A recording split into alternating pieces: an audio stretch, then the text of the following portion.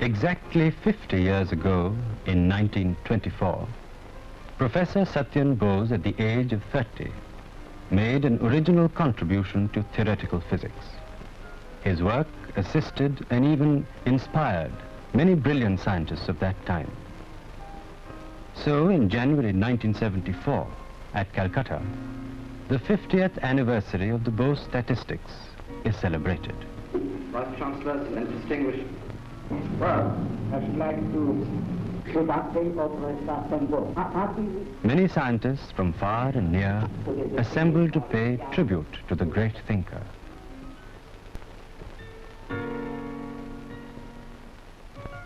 Sri Subramaniam inaugurates the seminar and dwells on the far-reaching effects of his work published 50 years ago.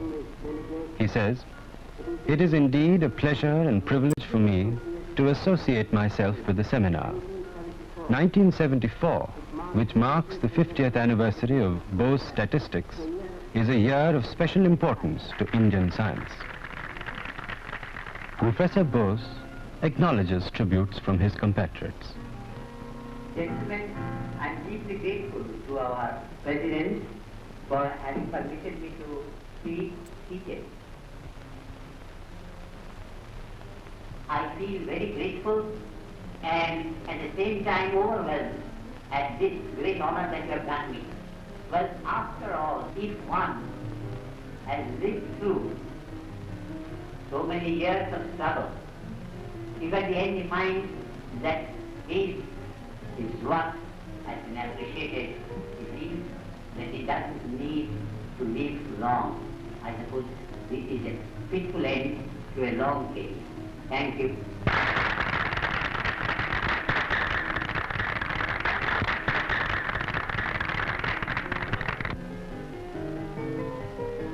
Calcutta of the 90s. In this house, Satyen was born on the 1st of January 1894. He was the first child of Nath Bose and Amudini Devi. Satyen, even in his early years at the Hindu school, showed an original mind. The mathematics teacher awarded Satyen 110 marks out of the maximum of 100 because all questions set, including alternatives, had been answered correctly, each in a novel way.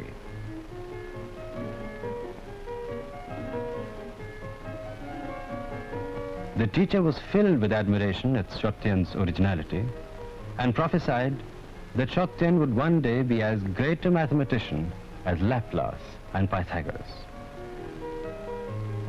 From school, across the road to the Presidency College. Through this corridor of learning, Satyen climbed from the year 1909 onwards to higher studies. Among his teachers, there was the great scientist Jagadish Chandra Bose for physics. No better teacher could have been found to mold Satyen's youthful and plastic mind. It calls for no great imagination for us to presume that this teacher had reminded his students time and again not to take anything for granted, but to be guided by their own reason and observation. It was a unique coincidence that a group of brilliant students at the Presidency College came under the care of the great Jagadish Chandra Bose. Satyen's academic career was exceptionally brilliant, and finally, in his chosen subject, mixed mathematics, He stood first in 1915 and created a record which has not been equaled.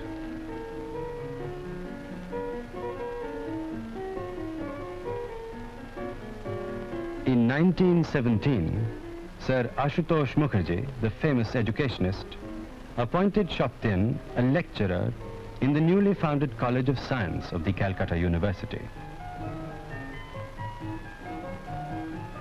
But the thirst for knowledge urged Satyen to seek complete information of contemporary scientific thought.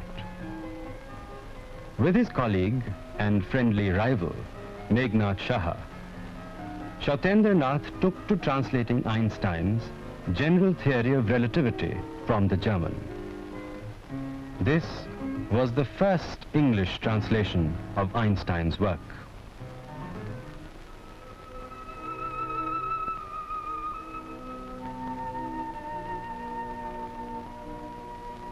In 1921, Satyen Bose left Calcutta for the Dhaka University as a reader in physics.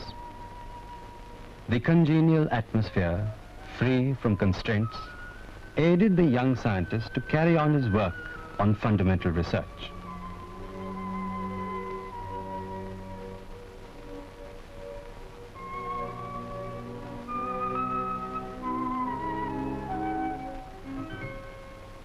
Three years later, in 1924, Bose, just a reader, sent his first major contribution to Einstein on Planck's law and light quanta hypothesis.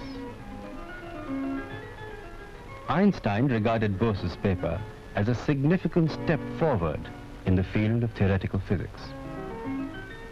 Einstein appreciated the originality of young Bose's derivation, and he forthwith translated the paper and saw that it was published in the foremost scientific journal of Germany. Thus, Bose joined the scientific thinkers of his day.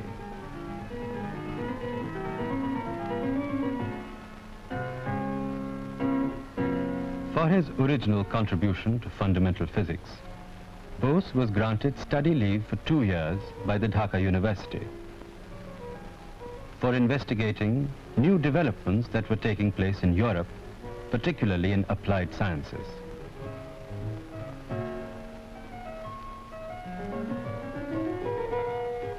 In October 1924, Bose arrived in Paris, from where he writes to Einstein to know the master's opinion of his second paper, entitled Thermal Equilibrium in Radiation Field in Presence of Matter. Einstein again translated Bose's second paper and published it in the same journal, but this time with a note of dissent, which Bose did not wholly accept. Bose hoped that future scientists would find some meaning in his point of view. While still in Paris, Bose realized the importance of applied sciences. He had the privilege of working in Madame Curie's laboratory, also in the X-ray laboratory of Maurice de Broglie.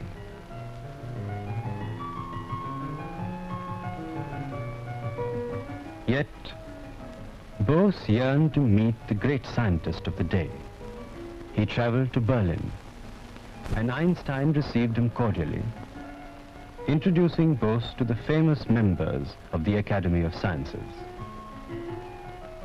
All were engaged in the pursuit of knowledge. Planck, Schrödinger, Pauli, Heisenberg, Max Born, and many others. Bose returned from Europe in 1926 as a professor of physics at the Dhaka University. He saw the need of the future, and so he devoted his time to providing new avenues of research and also to teaching the younger generations.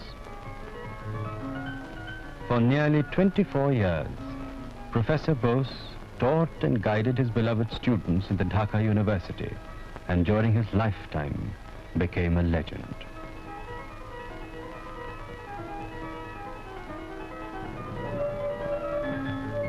In 1945, back to Calcutta University, his alma mater, as Khaira Professor of Physics. Professor Bose formed a group of students of different branches of physics. He initiated research on thermoluminescence and designed an original type of spectrophotometer. Equally competent as a theoretician and an experimentalist, Professor Bose would take nothing for granted in regard to laboratory procedures. Make your own instruments, the professor told his students. Never mind if suitable instruments can be got from abroad. By designing and making your own, you have a clear idea of the problems.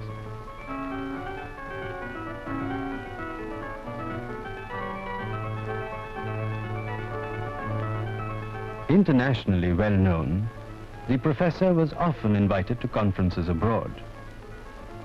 In 1954, in the crystallographic conference in Paris, he presented a paper on the details of the spectrophotometer designed by him.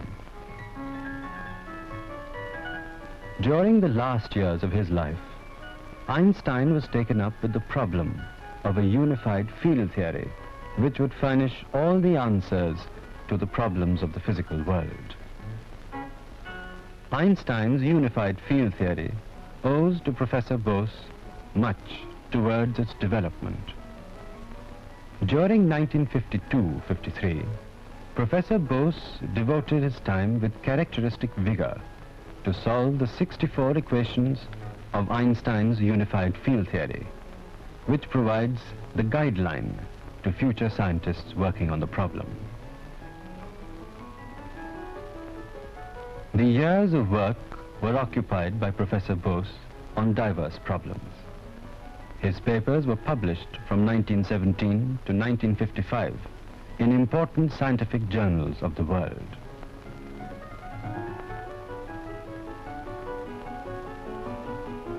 Honors and recognition came as they come to the great. Professor Bose was the General President of the Indian Science Congress in 1944. Honorary Member, National Institute of Science, Padma Vibhushan. Doctorates conferred by various universities in India.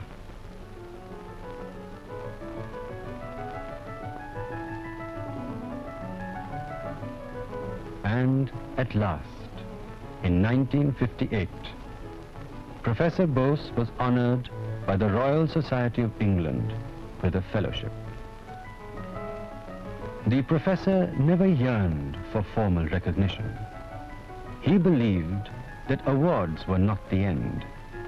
Many a time he impressed on all his students to comprehend the problems of their subjects rather than to strive for doctorates. The Vice-Chancellorship of Vishwabharati was indeed a fitting honor to Professor Bose on his retirement from the Calcutta University in 1956. As far back as 1937, Rabindranath Tagore dedicated his work, Vishwaparichay, to Satyen Bose, in recognition of his efforts to popularize science through Bengali. The Bangya Vigyan Parishad was founded by Professor Bose in 1948. So he endeavored ceaselessly to impart scientific knowledge through the regional language of Bengal. This was very dear to his heart. আজকের দিনে আমাকে তোমরা নানাভাবে সম্বর্ধনা জানিয়েছো, ভালোবাসা দিয়েছো। আমি যে জীবনে মাতৃভাষার জন্য, বিজ্ঞানের জন্য, দেশের স্বাধীনতার জন্য যা অল্প কিছু করেছি, তার সকল পরিমাণে তোমরা আমাকে সম্মান জানিয়েছো। এটা আমার জীবনের একটা বিশেষ স্মরণীয় দিন, যে সকলে মিলে তোমরা মেনে নিয়েছো যে এই দেশের মধ্যে বিজ্ঞানের চর্চা করতে গেলে মাতৃভাষায় বিজ্ঞান চালাতে হবে সর্বক্ষেত্রে।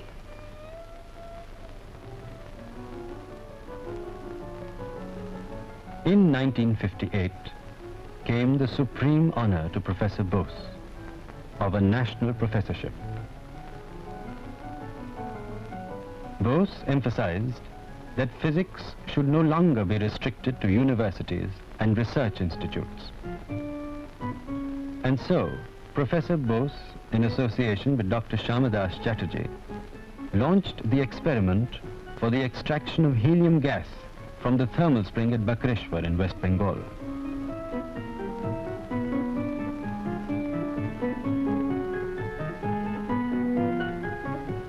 Helium gas is very rare, with many uses in modern technology.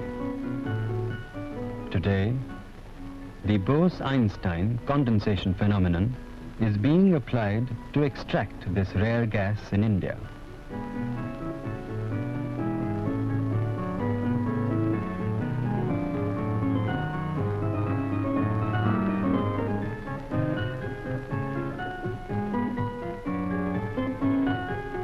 The man of learning is also deeply human.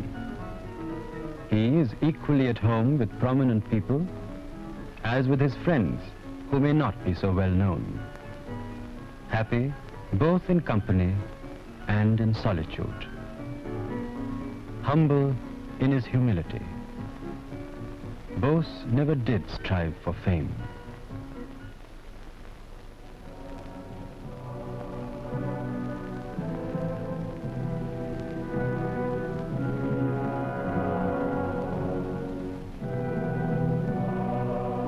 The end came unexpectedly. At the break of dawn on the 4th of February 1974. In existence, death is an episode. Great minds break the bonds of earthly desires and continue to pass on their findings in Kshetra Gyan, matter knowing. Professor Bose has left a legacy to the scientific world in those particles known as bosons, which obey the Bose statistics. With the passing away of Professor Satyendra Nath Bose, an era comes to an end.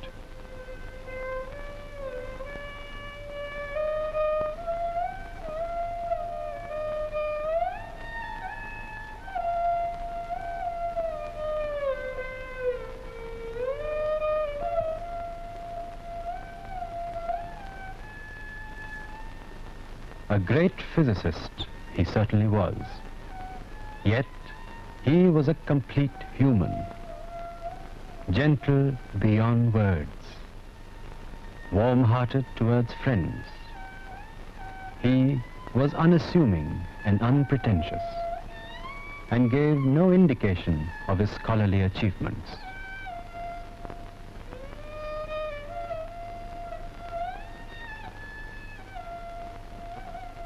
A liberated mind is well aware that no man is an island, complete unto himself.